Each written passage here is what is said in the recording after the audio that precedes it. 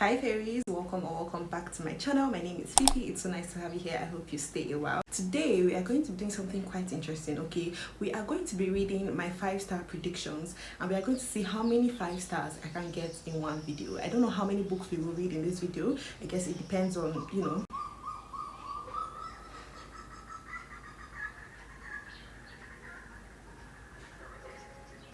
Thank you for that. I guess it depends on, how fast I read. But the first book I would like to read is this one. This is The Soulmate Equation by Christina Lauren. I've heard a lot about Christina Lauren. I'm pretty sure there are like 2 women that write together, if I'm not mistaken. It doesn't have the highest rating. It's one of their more underrated books, even though it literally has over 200,000 ratings on Goodreads and an average 4-star rating. Obviously not that underrated, but I've heard very interesting things about this one, and this is the one that intrigued me the most. One of my favorite booktubers, Ellen Catherine, gave this book 5 stars, and I was very intrigued by that because she reads more romance books than I do, and she's more into the romance genre than I am. But I do resonate with her a lot on her thoughts and opinions about various romance books and just things that occur in romance books. She finds a lot of things just as cringe as I do, especially when it comes to romance books. Like, if you know me, you know that I cringe so freaking much. Like, if something is embarrassing, I am going to cringe, and I am actually going to feel it on a physical level. So yeah, I'm very intrigued by this. I'm not a huge fan of the romance genre. If you've watched any of my videos, I've probably said this like 100 times now, but I am very intrigued, and I do want to find that romance book that sticks with me. I want to find my go-to romance book. I've tried Emily Henry, I've tried, I can't remember, but I'm excited actually to get into this book. And honestly, I found the premise of this book very, very interesting. Okay, it's one of the more interesting premises that I have seen in a romance book personally. I'm just going to read it for you. It says, Jess Davis is a numbers genius, but when it comes to love, she's had to accept there's no magic formula. Juggling a career with raising her daughter. Oh, I didn't realize that there was a child in this. Some people don't like children in books, especially when they're not the main character. But I don't hate it. I think that I quite enjoy it when it's done well. So I'm interested in seeing how it is done in this book. It's not surprising that her love life is non-existent. When yet another date ends in disaster, she's prepared to give up on love for good. But then she hears about Genetically, a buzzy new matchmaking company that claims to find you the one using a DNA equation. Suddenly, love doesn't seem quite so far out of reach, until her test shows an unheard of 98% compatibility with Genetically's founder, Dr. Riva Pena.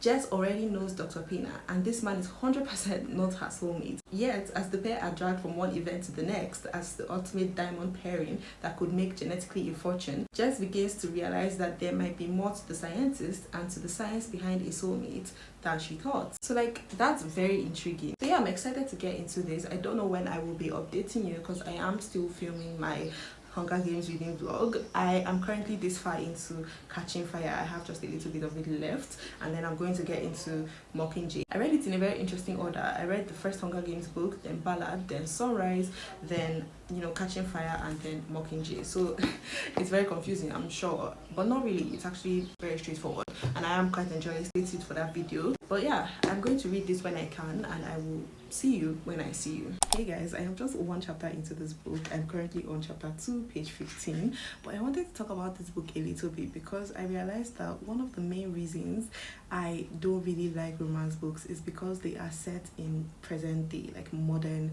day, and so they have modern dialogue. There are so many modern references, also like internet references, and that's just not my favorite thing. And so far, literally 1 chapter into this book, we have had multiple modern references and slangs, and I don't hate it necessarily. I think I just need to go with the mindset that yes, this is going to be modern. This is going to be basically like you reading a story about somebody right now. Okay, so yeah, I don't know how to feel. I'm literally just 1 chapter in, so I'm not even going to give any judgments or actual full-on thoughts. But yeah, I guess it's cute so far.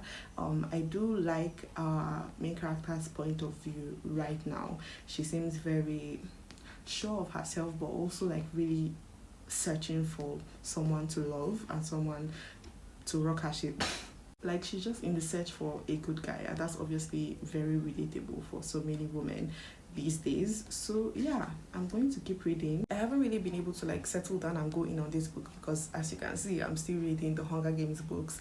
But I'm going to definitely finish that today because I have just one left, and then we can focus on this one because I'm actually really keen on seeing like the whole DNA dating app thing and how that's incorporated, and see if I end up like actually giving a romance book something above 3.5 stars, because that would be a huge first.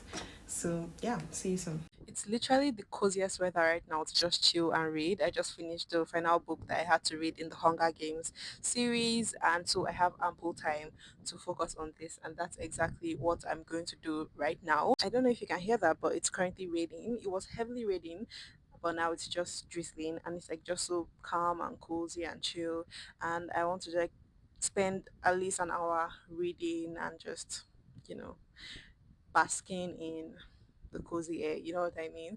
And yeah, I got a new mic by the way. Let me know if it's, better. I'm trying to amp up my video quality, audio quality. I've been having audio issues for a while now, and so I decided to just send it and get a mic, one of these fancy mics. Actually, let me be honest, my brother got it. He bought it for me, but let's not give him so much credit. Like, let's not do that. But yeah, it's like so cute and small and fancy, and I hope it's better than how my audio has been, you know, for a while now. So yeah, I'm going to settle down, settle in, and read this book for the next hour or so, and maybe I'll give you guys an update on my thoughts and opinions.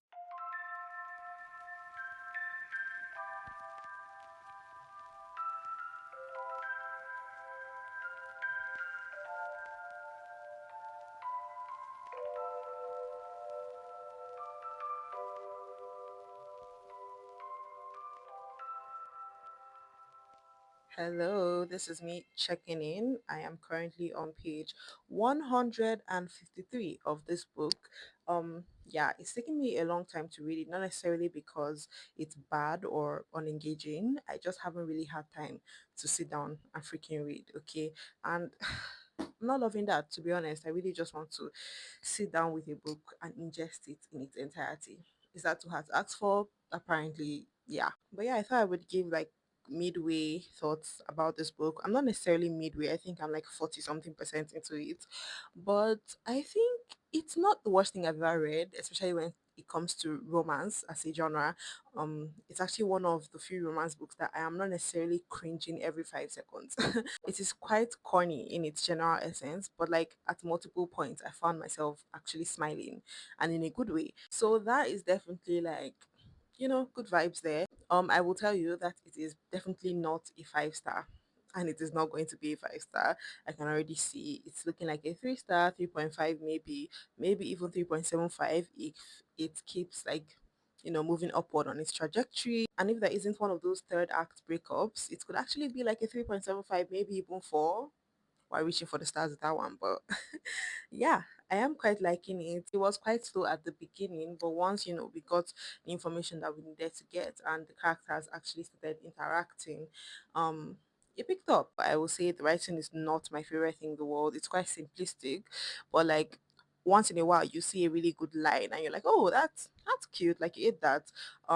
But generally it's very, very simplistic, very easy to digest, even if there are various talks about scientific elements concerning this whole DNA thing.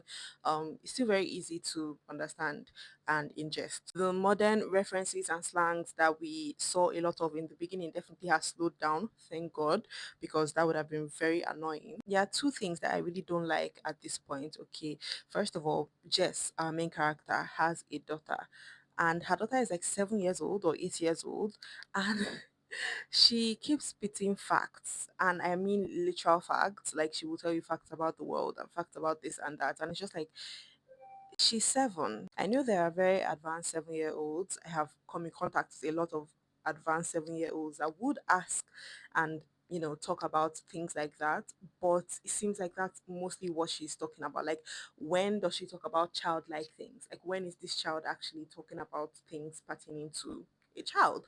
That is my question. And the other thing that bothers me is the fact that almost every time FMC and MMC interact, FMC has something sexual to say.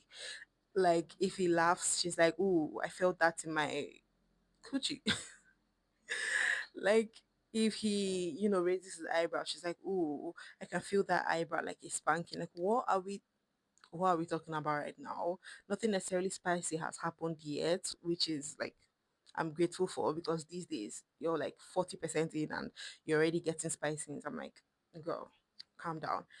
But yeah, I'm just not liking how like she tends to make everything he does sexual. Like I want to see more of an emotional connection, and I'm hoping we will get that. Like I said, I'm not even 50% into it, so obviously things could pick up. So yeah, I will let you guys know whatever happens. I don't know if you can tell, but I'm having a great time with this mic. It just feels very fun holding it and talking. Like, hi.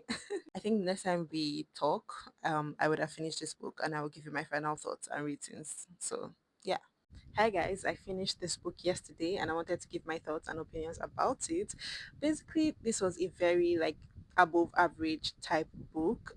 It wasn't the worst thing ever, but it just wasn't great by any means. I don't even know why I thought this would be a 5 star.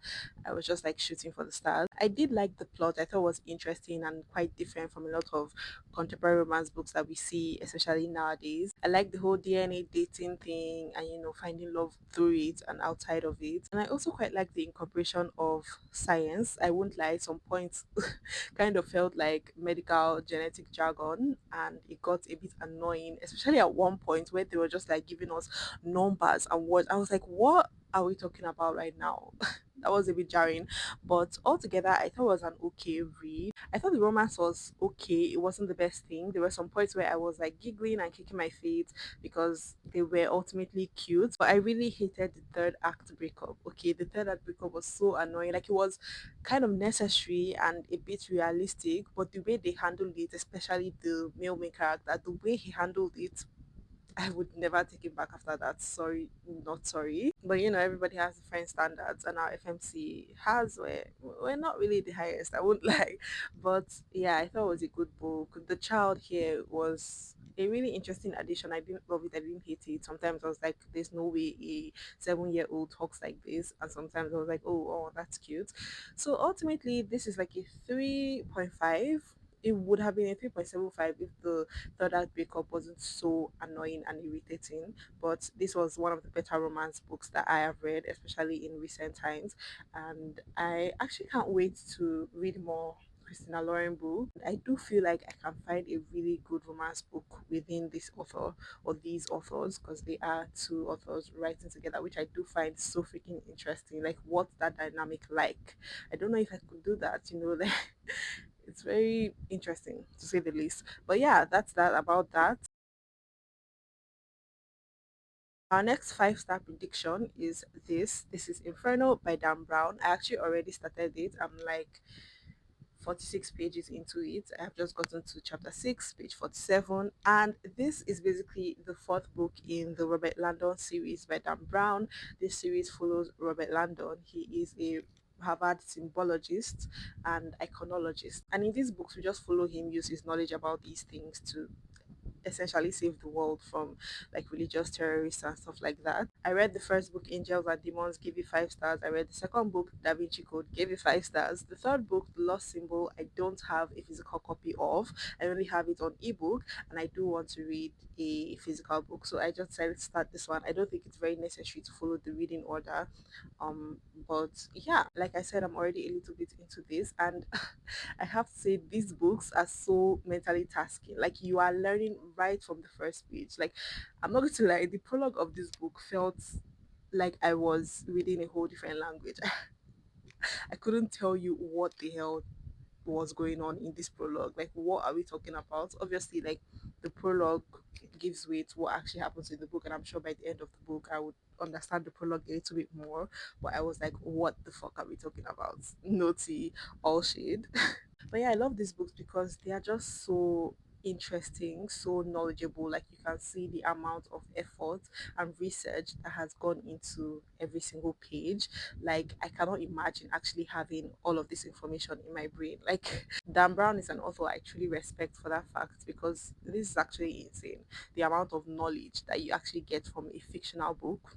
Crazy. And I love this little thing he wrote as he started the book. It says, "The darkest places in hell are reserved for those who maintain their neutrality in times of moral crisis." And if this doesn't apply to what we are seeing in this day and age, I don't know what does. It's just so crazy that people would prefer to be neutral about something so pressing and something so humanitarian. Things like what's happening in Gaza, like the whole Donald Trump MAGA situation, him literally doing what he's doing to black people, and some people still supporting him or being like nonchalant about it or just neutral. Essentially, it's like I hate people that don't know how to stand up for anything. Like, you'd have no backbone, and that's just so insane to me. But yeah, that's not what we're talking about here. I'm going to keep reading this book now. I just know I'm going to love it, and I know for a fact it's going to be a 5 star. I won't lie, it's kind of slow. These first few chapters have been slow, but now we're getting into the actual meat, and I cannot wait to see what happens. Like, this is a thick book, so obviously a lot is going to occur, and truly I'm very excited for it. I'll see you guys soon.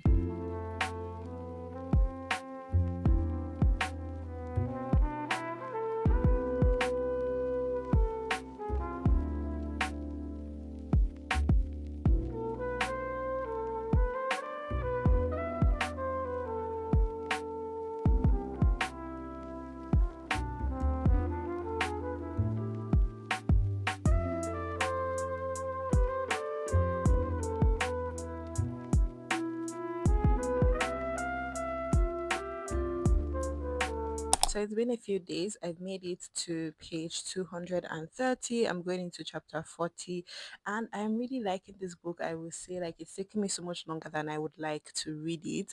Not because the book is bad by any means, but because the writing of this book, while it is very straightforward and simple in itself, the fact that we have so many religious and historical symbolisms and artifacts and paintings and just things that we need to learn about and we need to remember is very tasking, and you just have to take your time with it. You have to settle down and ingest it, grasp everything that is going on. So yeah, that's why I haven't read as much as I would like, but it is going really well. I will say one of my favorite things about this book is the fact that the chapters are quite short. We have 1 page chapters, we have 2 page chapters, sometimes 4, maybe even 5. I don't think we've gotten a 6 page chapter, and I just really love that because it makes the reading experience just a little bit more enjoyable. Okay, it makes me feel accomplished every time I finish a new chapter.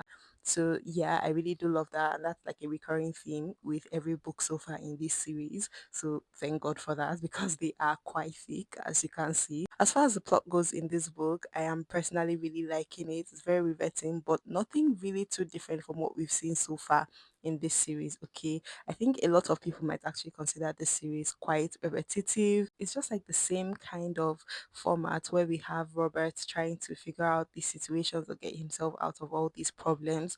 And in every single book, he comes across and comes in company with a woman that will help him figure all these things out. And the woman in this book, Sienna, I actually am really liking than all the women that we've had in the past 2 books that I've read, because I feel like she has a little bit more depth and we got a little bit more backstory about her that I don't think we got in the other 2 books that I read. It's not like the women in the other 2 books were irrelevant or anything like that. I just am really resonating with the one in this book, Sienna. She's a doctor, very, very smart, one of the smartest people literally ever. When she was very young, she had like one of the highest IQs ever seen, or like actually never before seen. So yeah, I'm really liking the plot so far. It still has that fast-paced, thrilling format that I generally like and enjoy. Literally in the first 2 chapters, somebody dies and we find out that someone is trying to kill Robert. So I'm very intrigued by all that. I'm trying to see what exactly this is about. In every book in this series, we focus on a particular painting or artifact or symbolic relic. And in this particular one, we are focusing on Dante's Inferno, the painting by Dante, showing like the several layers of hell. I've never seen that. I actually should look it up, but that sounds scary, and it is described as quite scary in this book. And there's just a lot of lore surrounding it, especially with the government. Yeah, I'm very much enjoying it, very much liking it. I really like these books because it's just so crazy to me how so much knowledge can be imparted or can be gained from a book that is generally very fictional and dramatic. I just enjoy it a lot. Like I said, some people might find this series quite repetitive, but it's just personally my cup of tea. I don't know though if I am liking this one as much as I like the first two. I guess we'll have to see. But yeah, I'm going to keep reading now. I don't know that I will update you anymore before I finish this book, but whatever happens, I guess you'll see.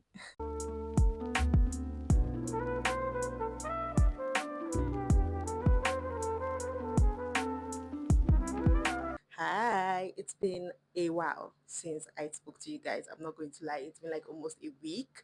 I've been very busy this past week, to be honest. It's been a lot, but I have in fact finished this book, Inferno by Dan Brown, and 5 stars. Like, what can I say?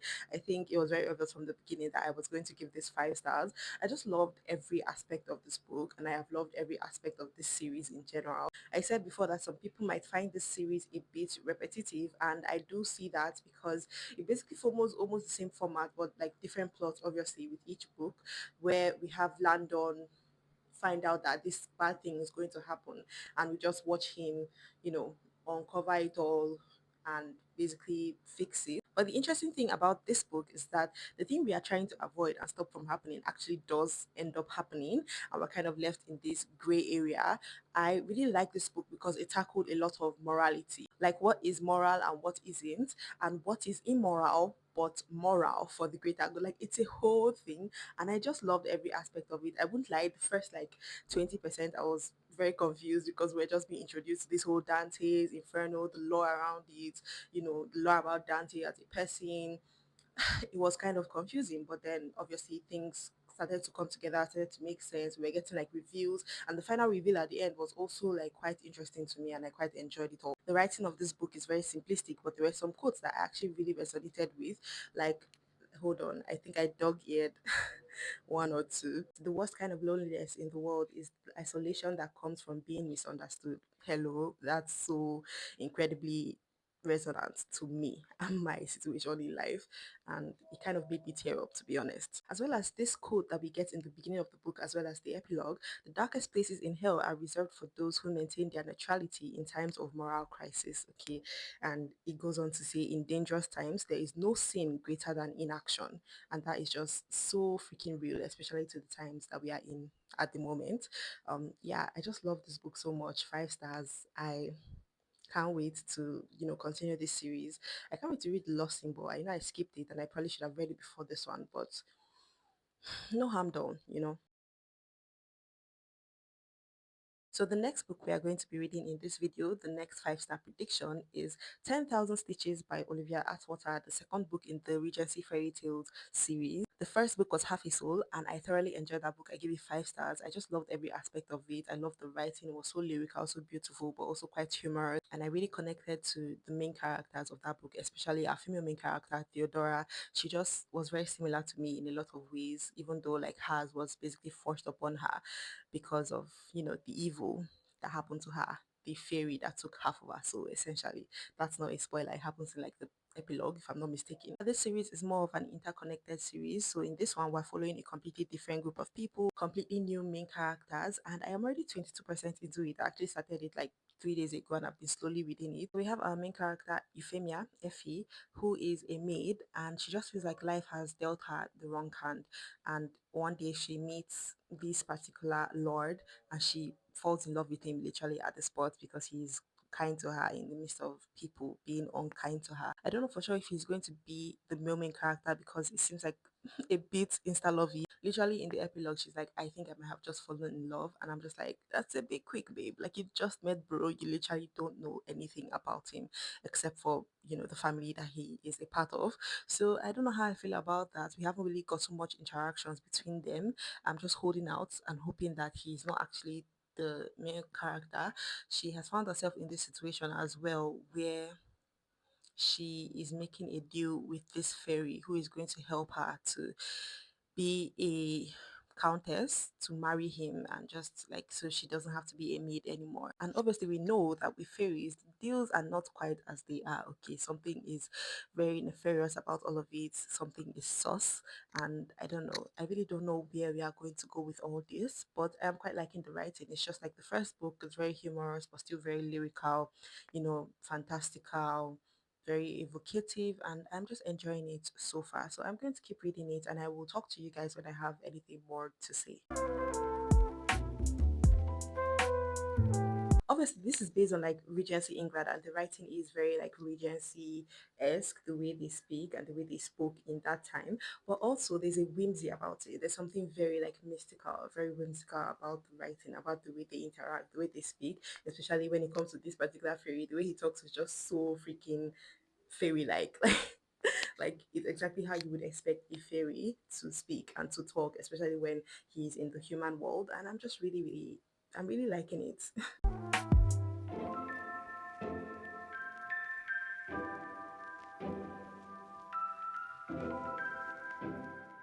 Hi guys, I haven't spoken to you in a while. Okay, since my last clip, it has been like over a week, but I am happy to report that we have another 5 star on our hands. Okay, this book was just so very interesting to me because when I first started it, like the first 20 to 30%, I wasn't really feeling it as much as I would have liked. I was very confused on the whole romance thing.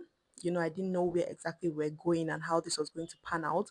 But when we got to the 30% mark down to the 40% mark, things started to make much more sense. Okay, we actually got introduced to the real romance, because the romance you expect in this book when you first started isn't the romance we end up with. And so when we got introduced to the real romance, and things just started to unfold and pan out and fall into place, it just started making more sense to me, and I started liking it a lot more. And then we got further into the book and I just fell in love with it, to be honest. There's something about Atota's writing that really just takes you away. It's very like enchanting, it's very evocative, very lyrical, and just all round beautiful. I love the way she writes, I love the humor that is incorporated within her writing, and also the way she goes into depth about her characters without doing too much or saying too much necessarily. Like these books are not long by any means. They are like 300-page books, and I just love them so much. I did not expect to like this one as much as the first one. For the like first 60%, I was like, okay, it's good, but just not as good as the first one. But then at this point, having finished it, looking back and understanding why the beginning was the way that it was, I feel like I connected a lot more to the characters of this book than the first one, which is something that I did not expect whatsoever. And I love it so much. I really do. I loved every single character. I loved the little found family situation that we had. And I loved, the friendship that our main character, Effie, had with her friend, Lydia, who was also a maid in this home. The romance as well was just very soft and subtle, and just like honestly caught me off guard, because I wasn't even realizing until far into the book that this is actually where the romance was headed. And I just love this so much. I love how they created like a friendship, a camaraderie, a rapport with each other before even thinking about love or anything like that. The most they did in this book was hug, which is crazy as a romance book, but somehow it just worked. And honestly, that is in fact my bread and butter. Olivia Atwater is slowly but surely becoming one of my favorite authors literally ever. Even though I've only read 2 books and a novella by her, I just feel like her writing speaks to me. It's so beautiful, it's so evocative, so lyrical, but still very much understandable and like humorous. I cannot wait to get into the third book in this trilogy, but also dive into her discography, because I feel like I would love literally every single one of her books. So yeah, another 5 star, crazy, but thank God for that. The next book, though, we are going to be reading in this video, the final book, is this The Tattooist of Auschwitz by Heather Morris. This is a historical fiction about, the Holocaust. Yeah. In 1942, Leo Sokolov arrived in Auschwitz-Birkenau. He was given the job of tattooing the prisoners marked for survival, scratching numbers into his fellow victims' arms in indelible ink to create what would become the most potent symbols of the Holocaust. Waiting in line to be tattooed, terrified and shaking, was a young girl. For Leo, a dandy, a Jack the Lad, a bit of a chancer, it was love at first sight. And he was determined not only to survive himself, but to ensure this woman, Gita, did too. So begins one of the most life-affirming, courageous, unforgettable, and human stories of the Holocaust, the love story of the tattooist of Auschwitz. So yeah, I just know this book is going to make me sob my eyes out. It's going to give me all the feels, and truly that is exactly what I need right now. So I cannot wait to get into it. I actually don't know if I'll start it today or tomorrow, but I guess we'll see. Whatever happens though, I will let you know. There is forward tab with the discover.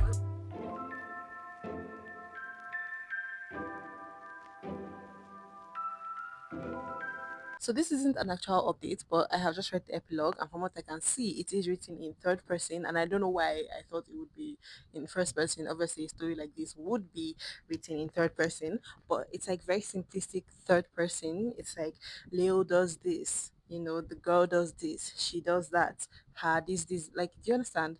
It's very like simplistic, and I don't know why I expected like a more lyrical type of writing from this book, but I've literally only read the epilogue, so obviously it could be so much better in the actual book. I don't know, but yeah, it's very interesting so far.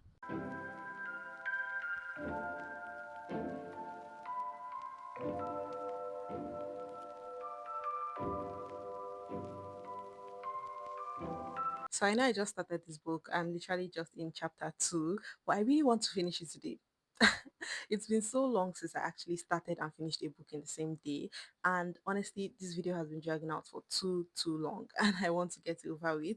But also I'm actually really enjoying the book so far. I mean, I'm just in page 24. So not much has necessarily happened, but we're being told, the situation, like being given the set of things that we are going to have to deal with. The scene is being set. There's a lot more dialogue than I expected. I don't know why I thought or I expected this to read like an actual fiction. But there's a lot of dialogue and like the spacing, the fonts. I'm really enjoying my reading experience. So I feel like I could actually finish it today if I just locked in. Even if I have to stay up like really late, probably the whole night. Yeah, do I have work tomorrow morning? Do I have to get up by 6? Yeah, but also I want to read. I've not been able to sit down and read for so long now. Like I've not had more than 30 minutes a day to read in the past 2 weeks, and it's pissing me off. It really is. So yeah, I'm going to keep reading, but so far so good, I think.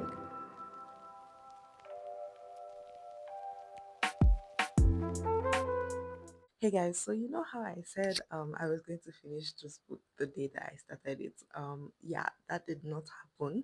It has actually been like a week since I filmed my last clip. I read about 50 pages that day and I haven't read anything at all since then. But today I picked this up and I actually made it to page 215. I'm going into chapter 25. So I have like about 50 pages left or so. And I have very conflicting thoughts about this book. As far as the story goes, I'm really liking the story. I think it's very like interesting. Obviously, very sad. Like so many sad and horrible things are happening to these people, and it's just unfortunate that this is something that did happen in real life to real human beings, and it's just crazy that people could be so wicked, and even in this day and age same thing is happening, and it's just crazy to me that people like can see people like them go through these horrible things and be okay with it. Like it's insane. But when it comes to the writing of this book, I have to say it's not very good. It's really not. I feel very bad saying that because I'm sure this book was written with great intent, and I'm sure a lot of research was done before this book was written. But I just feel like the writing it's very like, I don't know what to call it exactly. It's very simplistic and just like a little bit unserious at various points, and it's kind of taking me out of the story because this is a very serious story, and sometimes I just feel like the writing is it's just weird. I don't know how to explain it. Like first of all, it's written in present tense. It's like he does this, she does that, she takes the beating, she carries this, and it's just like I don't like it. I really don't. Like I dog eared a particular page so I can give you an example. So this page it's like he departs, his mind a whirlpool. I barely know Jita yet. How am I to live if she does not? That night sleep evades him. The next morning, Victor places medicine along with food into Leo's bag. That afternoon he's able to get it to Gita. Like it's just very like disjointed, not flowing seamlessly. It's very juvenile. I feel like this author maybe isn't the best. I don't know if this is like a debut or something, but it just feels very disjointed and clunky and not very good in my opinion. I actually feel like this book might have been written in a different language and then translated into English. I probably should just like look it up and actually be sure about it. But if that is the case, then it would make sense. Okay, I would feel better about it. But if this was actually written in English the way that it is, then yeah, I don't know about that. Also, there has been a number of typographical errors, like so many missing commas and other typographical problems in general, and it's kind of just putting me off of the book or of the writing because, like I said, I'm enjoying the story, but anytime I see something like that or I notice how bad the writing is, it kind of takes me away and out of the story, and it's very like annoying. Also, like in the blurb, the main thing or premise of this book is like the whole love story between Leo and Jita, and I don't know how to say this, but yes, the love story is apparent. But I feel like first of all, they moved so fast. Like immediately he met her, he was like, "This is the love of my life," and then we barely actually got them interacting before they became girlfriend and boyfriend. I don't know if I'll call it girlfriend and boyfriend because the situation they are in, they don't even know. But I don't know. I feel like they're just holding on to each other because they are traumatized and that's all like they can do. I don't know. It just doesn't feel very genuine in my opinion. And I feel bad saying that, but yeah. And we're mostly just getting like situations that happened in these, Auschwitz and Birkenau and, things that happened to Leo and the people around him. It doesn't feel like a love story. That's what I'm trying to say.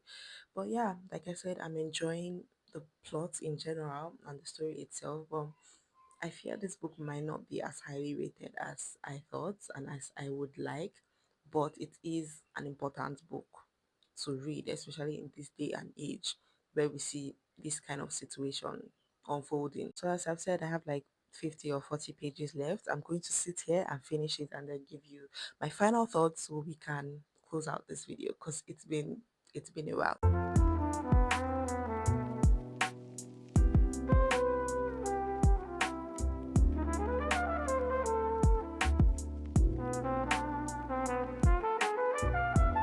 I have just finished this book and I don't know what to say about this book because I fear that anything I say might take away from the actual story and message of this book. And I do think the message of this book is very important and necessary for everybody. But the writing was just not good. I have to be honest, it was not good. And it wasn't, written in a different language and translated into English. It was written in English by this author, Heather Murray. They actually recounted this story from Leo himself. Like she met him when, he was very much older after Jita had died and they met up for 3 years. He would tell her all these stories and she wrote it. But I just fear that there should have been more editing with this book. I feel like the editors were nowhere to be found when this book was to be published, unfortunately. But yeah, the overall message and story I feel was pretty good. I do think there was a problem with the last few chapters. I felt like it was a little bit too rushed and just clunky, disjointed. Overall, the writing was very clunky and all over the place, but the last few chapters especially was just I did not love it. I really didn't. And I wanted to love this book so much. And I do love the story, as I've said. I definitely did not cry at any point while everything was sad. The writing just kept taking me away from the actual feelings that I should have felt for the story. So, yeah, do with that what you will. But we have finished another book for this video, the final book for this video. This is not a 5 star. I think, I don't know, maybe a 3.5. Yeah, definitely 3.5. I just wish the writing could have been better, to be honest. But I do understand the amount of research and thought that has gone into this book. Like, even at the end here, we have so many pages of like just more information about Leo and his hometown. And, we even got an afterword from his son talking about his parents. And, we have pictures of some situations, pictures of, the list that Leo would have to tattoo numbers onto these prisoners, and just obviously so much thought was put into this book. But I fear that the writing just hindered the greatness of this book, in my opinion. That being said, we have come to the end of this video. This video has taken me so freaking long. I don't know. I've been so busy and I haven't had the actual time I needed to film a video like this. But we were able to get 2 5 stars in this video, which is something that I'm very happy and proud of. Inferno by Dan Brown was a 5 star, and 10,000 Stitches by Olivia Atwater was a 5 star. So thankfully, this video was quite successful. We read some books that I have been wanting to get to, and we got some amazing reads out of all of them essentially. Okay guys, before we leave, I wanted to come on here and give you a little book haul because I just got some books delivered.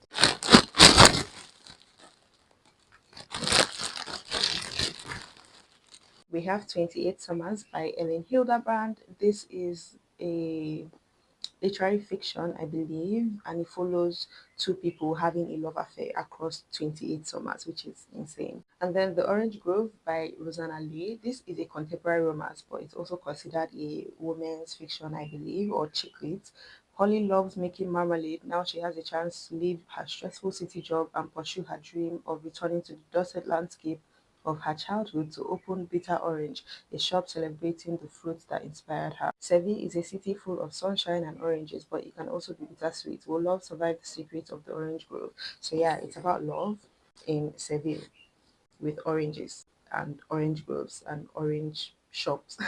So yeah, I'm very intrigued and interested in this one. Sounds like a fun summer read. Honestly, most of these are like really interesting summer reads. And then we have Wonderscape by Jennifer Bell. I actually got this for a 9-year-old girl, but it actually looks like something I would be interested in reading, to be honest. But basically, it's just about Arthur, Ren, and Cecily. They investigate a mysterious explosion and find themselves trapped in the year 2473. Wow. So yeah, very fun. These are pre-loved books. Okay, we have Little Fires Everywhere by Celeste NG. This is a thriller, if I'm not mistaken. And honestly, I don't want to know what exactly it's about, but I've heard great things about it. I think it follows multiple people and their lives. I'm not too sure, but I'm very intrigued and interested in reading this one. And then the last 2 books we have are by the same author, Sadie Jones. This is The Outcast and then Small Wars by her. And I've just heard great things about this author. I believe she writes historical fictions, and yeah, that's basically what these are. I've been getting into historical fiction so much more recently, and I'm excited to read even more. So yeah, that's my little book haul situation. I just wanted to include that in this video for some reason. So thank you guys so much for watching this video. Let me know if you've read any of these books, your thoughts about them. Just talk to me in the comments. I love reading and replying comments. It's one of my favorite pastimes. Thank you once again. Don't forget to like, comment, subscribe, and also follow me on Instagram if you want to be book besties or just besties in general. I would really love and appreciate that. But for now, I will see you guys in the next video. Bye.